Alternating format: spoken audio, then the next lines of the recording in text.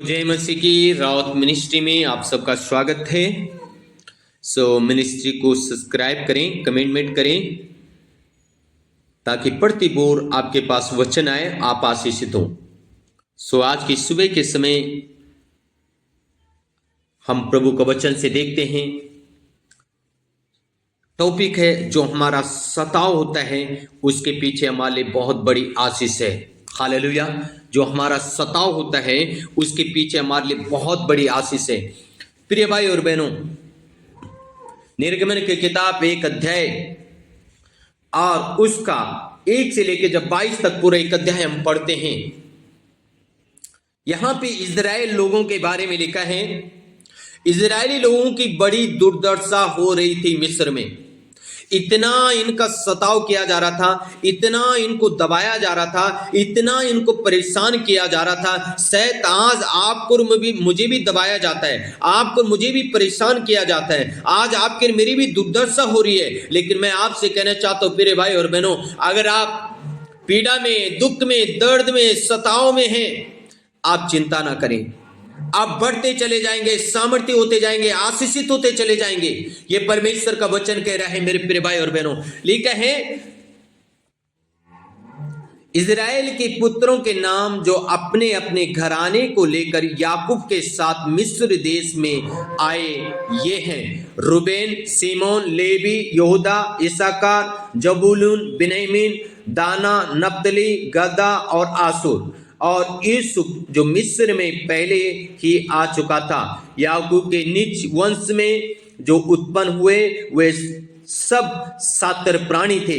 अब ध्यान से सुनना, 70 प्राणी मिस्र में गए और 70 प्राणी वहां गए और इतना बढ़ने लग गए, इतना बढ़ने लग गए, इतना आशीषित होने चले गए। लेकिन आगे हम देखते हैं, यूसुफ और उसके सब भाई और उस पीढ़ी के सब लोग मर मिटे, परंतु इजराइल के संतान, परंतु इजराइल के संतान फलने लगी और वे लोग अत्यंत सामर्थी बनते चले गए और इतना अधिक बढ़ गए कि सारा देश उनसे भर गया। मिस्र में 70 प्राणी गए थे और पूरा देश भर गया। ये सामर्थ्य होने लग गए, ये आशीषित होने लग गए, ये फूलने और फलने लग गए, ये आशीषित पे आशीषित हो रहे हैं। अब क्या हो रहा है वहां पे देखना, 8 पद में। मिस्र में एक नया राजा गद्दी में बैठा जो यूसुफ को नहीं जानता था। मिस्र में एक नया राजा उत्पन्न हो गया, वो गद्दी में बैठा, वो यूसुफ को नहीं जानता है। अब ध्यान से सुनेगा, इंटरेस्ट कहानी है। उसने अपनी प्रजा से कहा, देखो इजरायली हमसे गिनती और सामर्थ में अधिक बढ़ गए हैं। ये राजा मिस्र के लोगों को कह रहे हैं, देखो इजरायली लोग हमसे गिनती में अधिक हो गए और सामर्थ्य में बढ़ गए हैं, इसलिए अब इनका क्या करो।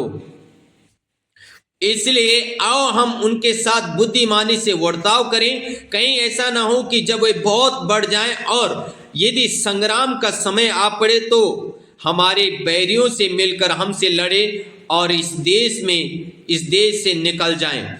इसलिए उन्होंने उन पर बेगरी करने वालों को नियुक्त किया कि उन पर भार डाल डालकर उनको दुख दिया करें। और उन्होंने फिरौन के लिए पितोम और रमसेस नामक भंडार वाले नगरों को बनाया। अब ध्यान से सुना, पर ज्यों ज्यों वे उनको दुख देते गए त्यों त्यों वे बढ़ते और फैलते चले गए, इसलिए वे इजरायलियों से अत्यंत डर गए। हालेलुया। रीबाला हुडग नम शबला बाला बाला बस्सा रागा दीना मना सुतु रिखाला बाला से। प्रिय भाई और बहनों, जब ये लोग नया राजा आया, इसने कुछ लोगों को नियुक्त किया और इजरायली लोगों के ऊपर प्रदान करके ठहराया और इस प्रकार से ठहराया, इनको इतना दुख दो, इनका इतना दुख दो ताकि हमारी गुलामी में रहे। और लिखा है 12 पद में, पर ज्यों ज्यों उनको दुख देते गए त्यों त्यों वो बढ़ते फैलते चले गए। हालेलुया। जितने ही मिस्री लोग जो हैं इजरायलियों को दुख दे रहे, इजरायली लोग उतने ही फैलते गए, उतने ही बढ़ते गए, उतने ही सामर्थ्य होते चले गए। अरे लोग, मिस्री लोग इनसे और भी ज्यादा डरने लग गए। मेरे प्रिय भाई और बहनों, जैसे मैंने शुरू में कहा, अगर आज आप दुर्दशा में पड़े, सताव में, पीड़ा में हैं, दुख में हैं, तो मैं आपसे कहना चाहता हूं, चिंता मत करें। आप सामर्थ्य हो रहे हैं अंदर से, आप सामर्थ्य हो रहे हैं और आपके शत्रु आपसे डर रहे हैं, इसलिए आप चिंता ना करें। जीत आपकी है यीशु मसीह के नाम में। हालेलुया। मेरे भाई और बहनों, जितना उनको दुख देते गए उतना वो सामर्थ्य होते गए, उतना वो आशीषित होते गए, उतना ही वो बढ़ते चले गए। आप बढ़ते चले जाएंगे यीशु मसीह के नाम में। आपको लोग दुख और दर्द और कष्ट देते जाएंगे, लेकिन आप बढ़ते चले जाएंगे, आप सामर्थ्य होते चले जाएंगे, आप आशीषित होते चले जाएंगे। आपके शत्रु आपसे डरेंगे यीशु मसीह के नाम में। राबाना संदे रिखलाबालासा रेगा राधीना माना सुथो रिलाबाशे। ये सामर्थ्य होते गए, ये बढ़ते चले गए। आप सामर्थ्य होंगे, आप बढ़ते चले जाएंगे, आप आशीषित होते चले जाएंगे यीशु मसीह के नाम में। आमीन, आमीन, आमीन। सो के गॉड ब्लेस यू ऑल।